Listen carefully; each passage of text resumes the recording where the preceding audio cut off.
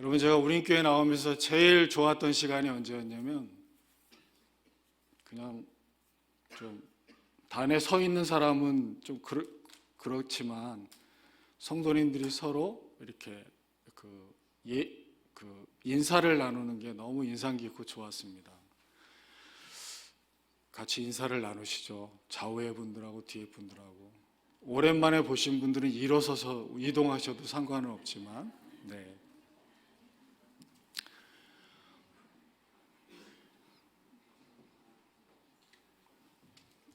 물론 제가 앉아 있을 때도 그럴 수도 있지만, 여러분, 저는 주례를 지금까지 한 4번인가 5번 했던 것 같아요. 주례를 하는데, 주례를 하려고 딱 서면 사람들이, 앉아있는 사람들이 엄청 분주해요. 이유가 여러 가지 있겠지만 정말 정확한 이유는 저도 물론 그런 마음이 있습니다만 좀 먹기 위해서 막 이렇게 막 분주하게 내가 여기 계속 앉아 있어야 되나? 시간이 어떻게 되나? 막 이렇게 하는 원래 참석해서 내가 가져야 될 마음하고는 좀 다른 마음을 가질 때 다른 표정들이 나오는데, 꼭 그렇다는 건 아니지만 여러분, 제가 여기 올라와서 여러분이 앉아 계신 모습을 보니까 설교하기가 겁나요. 표정이 너무 굳어 계세요. 사실은 우리가 예배드리러 오는 목적이 뭡니까? 하나님을 기쁘시게 하고 내 마음과 내 정성을 다해서 예배를 드리고 그 예배에서 나에게 전해지는 은혜를 내가 온전히 받기 위해서 지금 앉아 있는데 너무 힘들어 보이세요. 안 그러셨으면 좋겠어요. 그래도 표정이 잘 안 풀리시니까 제가 웃긴 얘기를 해야 되는데 그럴 재주는 없는 것 같고, 예. 아무튼 여러분, 마음을 편안히 하십시오. 저도 마음을 편안히 하겠습니다. 이게 왜 중요하냐면 표정 속에는 사람의 마음이 드러나고 그런 것이거든요. 그래서 제가 궁금해하실 부분이어서 미리 말씀드리지만 우리 우림교회 목사님하고 사모님께 첫 선을 보러 온 날 선을 와서 봤습니다. 우리 지금은 소천하셨지만 우리 장모님하고는 이 앞에 육교에서 처음으로 뵀었거든요. 제가 장모님을 뵀을 때가 50대시니까 얼마나 젊으셨어요. 50대 중반 정도 되셨으니까. 떨리는 마음으로 첫 선을 보고 이제 잘 됐는지 못 됐는지 결과는 모르겠고, 물론 저희 장인어른도 그렇고 장모님도 그렇고 사위가 마음에 차시지는 않으셨겠죠. 근데 제가 우리 장윤아 성도를 통해서 충격적인 얘기를 하나 들었는데, 그건 뭐냐면 우리 장모님의 저를 처음 본 인상이었어요. 장모님이 그러셨대요. 다른 거 말씀 안 하시고, 야, 사람이 얼굴이 저렇게 흘러내리냐, 이렇게 말씀하셨다는 거예요. 그래서 제가 그 이후로 거울을 굉장히 많이 봤어요. 근데 부인할 수 없겠더라고요. 진짜 제가 얼굴이 좀 흘러내리는 형이거든요. 그래서 좋다는 건지 나쁘다는 건지 그건 알 수 없지만 얼굴이 흘러내린다고 총평을 하셨어요. 어떤 사람은 제 인상을 되게 좋게 보기도 하고, 어떤 사람은 심한 사람은 불쌍해 보인다는 사람까지 있으니까 참 그렇지만, 아무튼 우리 장모님이 저에 대해서 그렇게 총평을 하셨다는 거예요. 사실 우리 그리스도인들은 내가 회사에 나가서 일을 하던, 아니면 어떤 조그만 장사를 하던, 아니면 자영업을 하던 상관없이 이 세상을 살아갈 때 나를 통해서 사람들이 예수를 발견할 수 있어야 되고, 내 표정과 내 마음가짐을 통해서 하나님을 볼 수 있어야 된다고 성경이 우리에게 말하고 있습니다.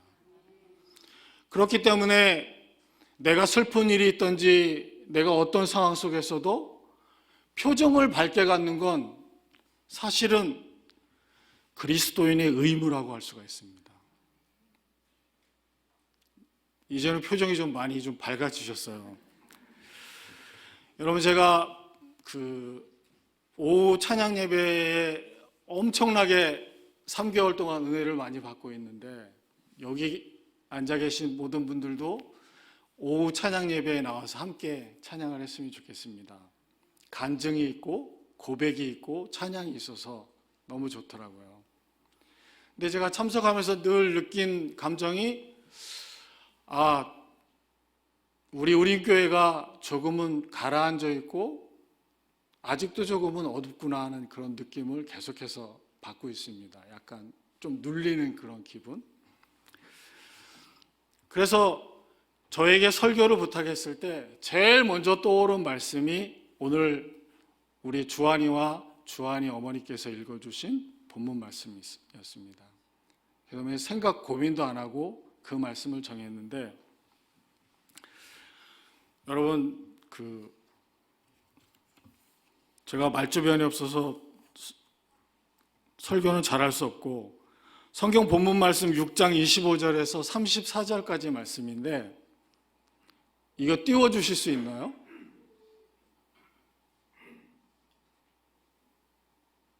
자, 띄워주시는 거 한번 기다려보면서요. 마태복음 5장부터 시작하는 이 산상수훈의 이 말씀은 성경의 사복음 중에서도 가장 귀하고 모든 사람들이 이 말씀 속에서 용기를 얻고 힘을 얻고 그리스도를 발견하는 그런 말씀이라고 할 수가 있습니다. 마태복음 산상수훈을 시작하기 전에 4장 23절에 보면 예수님이 하신 일들을 쭉 요약을 하고 있습니다. 온 갈릴리에 두루 다니시면서 그들의 회당에서 가르치시며 하늘나라의 복음을 선포하시며 백성 가운데 모든 질병과 모든 아픔을 고쳐주셨다. 이런 예수의 소문이 퍼져서 갖가지 질병과 고통으로 지치고 힘들어하는 사람들이 요단강을 어렵게 건너서까지 예수께로 모여들었다. 그 무리를 보시고 예수님이 말씀하신 것이 오늘 우리가 읽은 본문이 일부지만 산상설교였습니다. 예수님을 만나러 온 사람들은 갈급한 사람들이었습니다. 질병을 몸에 안고 있는 사람들, 그 사람들을 케어하다가 지친 사람들, 그리고 당시에 예수께서 사시던 그 시절은 유대 백성들에게 너무나 어려운 시절이었기 때문에 그 무겁고 힘든 마음을 안고 온전하지 못한 몸을 가지고 예수 앞에 모여들었는데 그 무리가 엄청나게 많았다고 성경이 기록하고 있습니다. 그런데 여기서 중요한 것은 우리 주님은 그들을 너무나 잘 아셨습니다. 그들의 사정을 잘 아셨고 그들의 배고픔도 아시고 그들의 고통도 아시고 그들의 사정을 너무나 잘 아셨던 주님입니다. 오늘 본문 말씀 돌아가서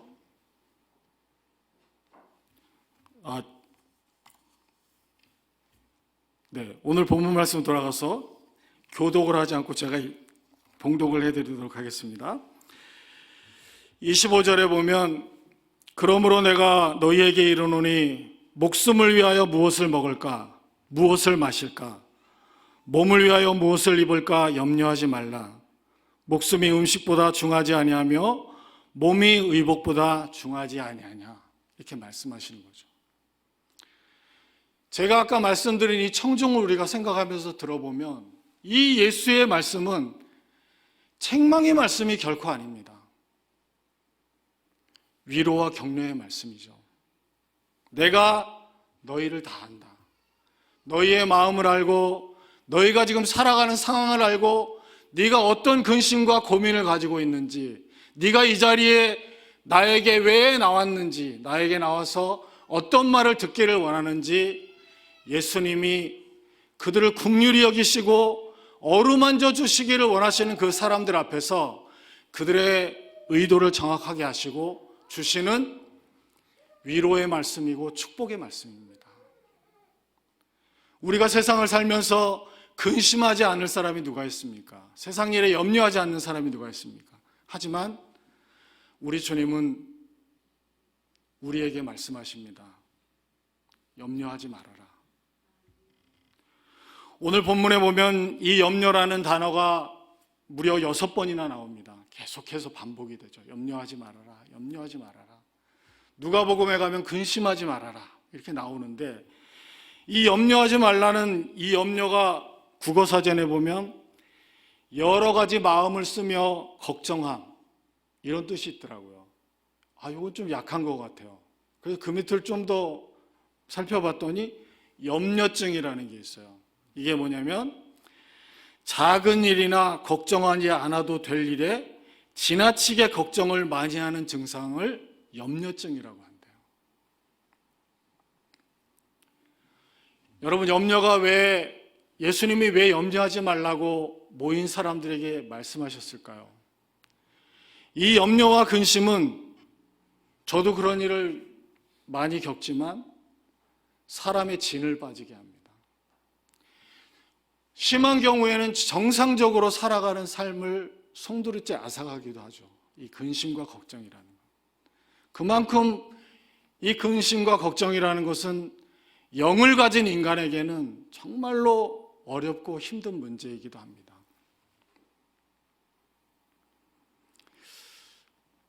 최근에 제가 저희 큰딸에게 전화를 한 통 받았는데, 원래 절대 전화 안 하거든요. 제가 전화 먼저 하면 했고 톡을 보내면 먼저 보냈지 먼저 하는 경우가 아닌데 전화가 왔습니다.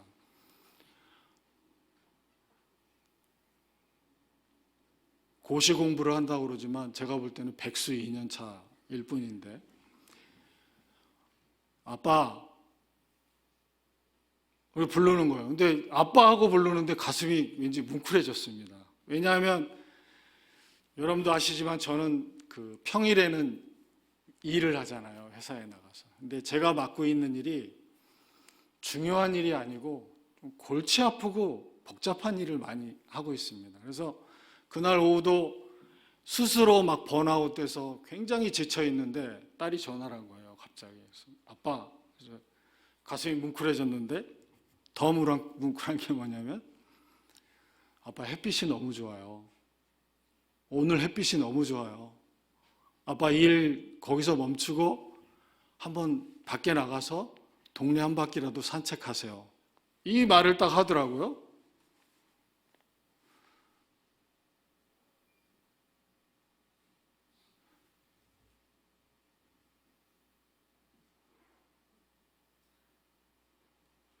사실 우리가 일에 파묻혀 살고 근심하고 걱정하는 그런 모든 일 가운데 가장 치명적인 무기는 뭔지 아세요? 일상생활을 흐트러뜨린다는 거예요. 우리가 은혜에 사로잡혀서 하나님의 말씀대로 살려고 하는 우리의 의지를 꺾을 뿐만 아니라 우리의 눈을 잡고 내 안에, 내가 지금 몸담고 있는 이 바운드리 안에 자꾸 나를 가두려고 하고, 그 걱정과 근심의 문제에 나를 올가매려고 하고 나를 억압하려고 한다는 거예요. 근데 사실은 여러분, 성경이 우리에게 말씀하고 있습니다. 하나님이 우리를 위해서 얼마나 아름다운 세상을 만드셨고 얼마나 완벽한 하나님으로서 우리와 함께 하시고 우리에게 예수 그리스도를 보내주셔서 우리를 얼마나 놀라운 사랑으로 구원하셨는지 성경이 우리들에게 구구절절하게 말씀하고 있습니다. 이 모든 것을 가리는 사실은 인간이 가진 나약함 중에 하나가 염려하고 근심하는 마음이라는 거죠. 이게 왜 정말 잘못됐냐면, 하나님은 우리를 축복하기를 원하시고 너희는 내 자녀고 내가 너희를 사랑하고 세상 끝날까지 내가 너희와 함께 하겠다고 예수 그리스도를 통해서 우리에게 약속해 주셨는데, 우리가 만약에 근심과 걱정 속에서 산다고 생각해 보세요. 이렇게 하나님을 비참하게 하고 욕되게 하는 행위가 있을 수 있을까요? 없다고 생각합니다. 우리가 걱정을 하지 않고 근심을 하지 않을 수 없지만, 그럼에도 불구하고 하나님을 믿는 사람은 조금 더 담대해져야 되고, 조금 더 하나님의 말씀에 붙들려 살아가기 위해서 최선을 다해서 노력을 해야 된다는 거죠. 갑자기 그 아내의 말이 생각났습니다. 당연히 올라가서 흥분하지 말아라. 네가 흥분하면 전달될 내용도 이상하게 간다. 그 말이 갑자기 생각났습니다. 여러분, 우리가 근심과 걱정 대신 내가 나를 사랑하신 하나님의 그 사랑 속에서 나에게 비치는 겨울날의 그 따스한 햇볕과 그 따스한 공기와 이런 것들을 누리기를 원하십니까? 그러면 근심하지 말아야 됩니다. 걱정하지 말아야 되고. 예수님이 우리에게 말씀합니다. 야, 공중의 새를 봐. 들의 백합화를 봐. 공중의 새는 심지도 않고 거두지도 않고 창고에 모아들이지도 않지만 하나님이 그 새를 먹여. 그렇게 말씀하시는 거죠. 그러면서 너희 중에 누가 염려함으로 그 키를 한 자나 더 할 수 있냐? 이렇게 반문하십니다. 누가복음 12장 26절에 보니까 그런즉 가장 작은 일을 하지 못하면서 어찌 다른 일들을 걱정하느냐? 이렇게 말씀을 주고 있습니다. 두 번째로 보니까 너희가 어찌 의복을 위하여 염려하느냐? 들의 백합화가 어떻게 자라는가 생각하여 보라. 수고도 아니하고 길쌈도 하지 않는다. 그런데 그 백합화가 솔로몬의 그 모든 영광보다도 더 아름답고 더 하나님 보시기에 좋다고 그렇게 말씀하고 있습니다. 오늘 있다가 내일 아궁이에 던져질 들풀도 하나님께서 이렇게 입히시거든 하물며 너희일까 보냐 믿음이 작은 자들아. 그렇게 말씀하고 있는 거죠.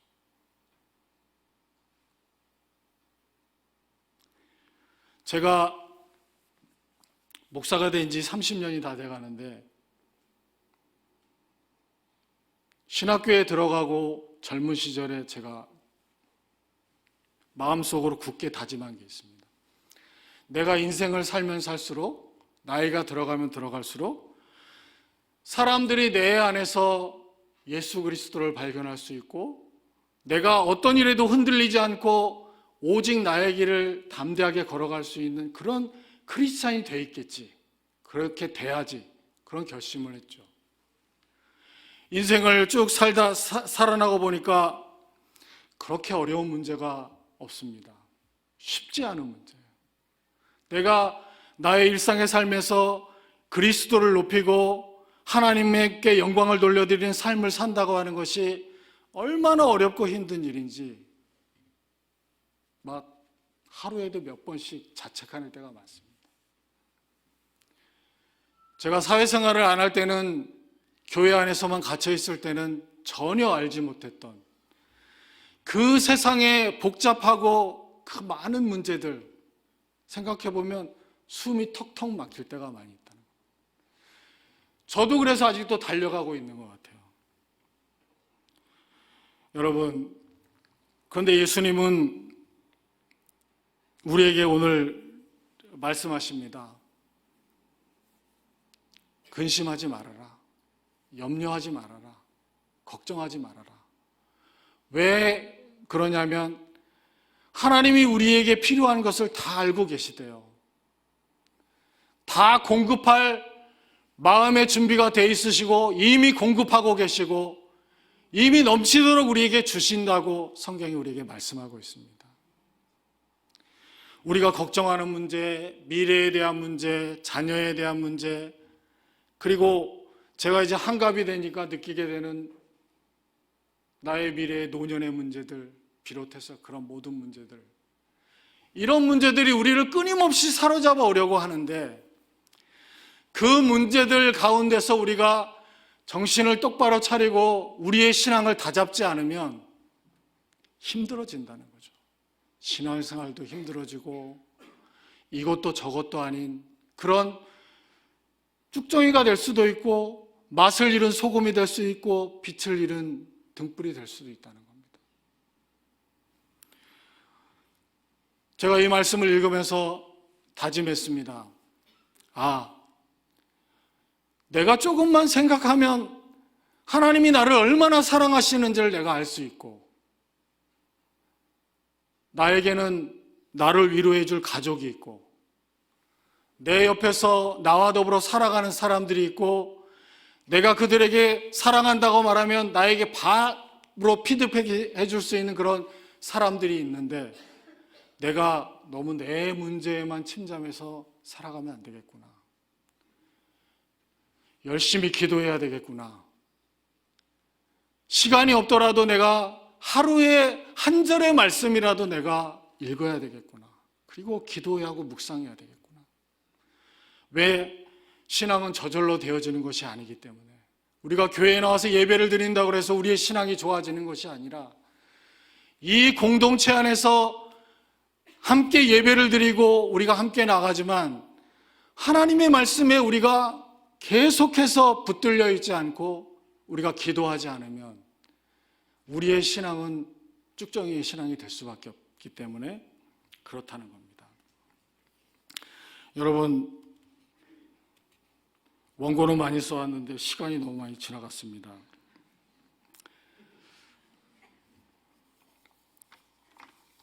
순서도 없는 것 같아요. 자, 오늘 마지막으로 제가 31절에서 34절까지를 읽어드리고 맺는 말씀을 드리도록 하겠습니다.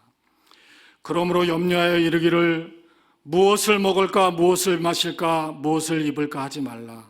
이는 다 이방인들이 구하는 것이라. 너희 하늘 아버지께서 이 모든 것이 너희에게 있어야 할 줄을 아시느니라. 그런즉 너희는 먼저 그의 나라와 그의 의를 구하라. 그리하면 이 모든 것을 너희에게 더하시리라. 그러므로 내일 일을 염려하지 말고 내일 일은 내일 염려할 것이요 한날의 괴로움은 그날로 족하니라. 이것은 여기에 모여있는 우리 모두에게 주시는 주님의 말씀입니다.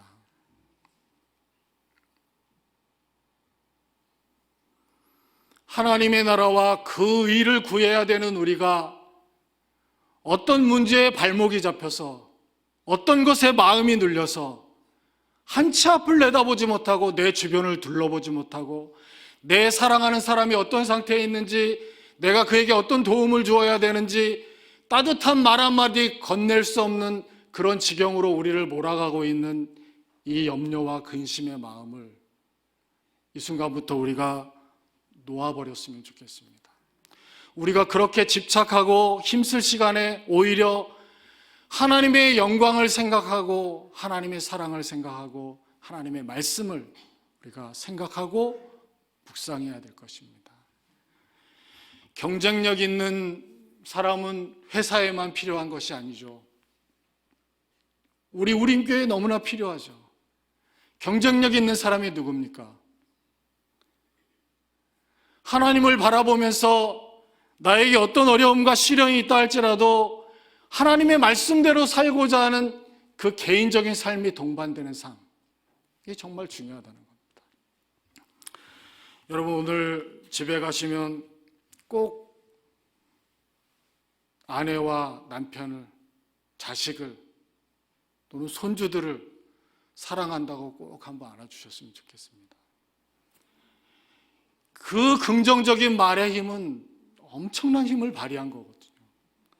예수님도 오늘 우리들에게 책망하는 말씀이 아니라 위로의 말씀, 긍정의 말씀을 주고 있습니다. 염려하지 말아라. 내가 너를 다 알고 있고 너의 문제를 다 알고 있다. 너는 하나님의 나라와 하나님의 의를 구하면 돼. 그러면 나머지는 내가 다 해결해 줄게 하는 음성을 오늘 부족한 제 설교였지만 여러분의 마음속에 그 말씀이 늘 자리 잡고 그리고 실천하는 저와 여러분들이 됐으면 좋겠습니다.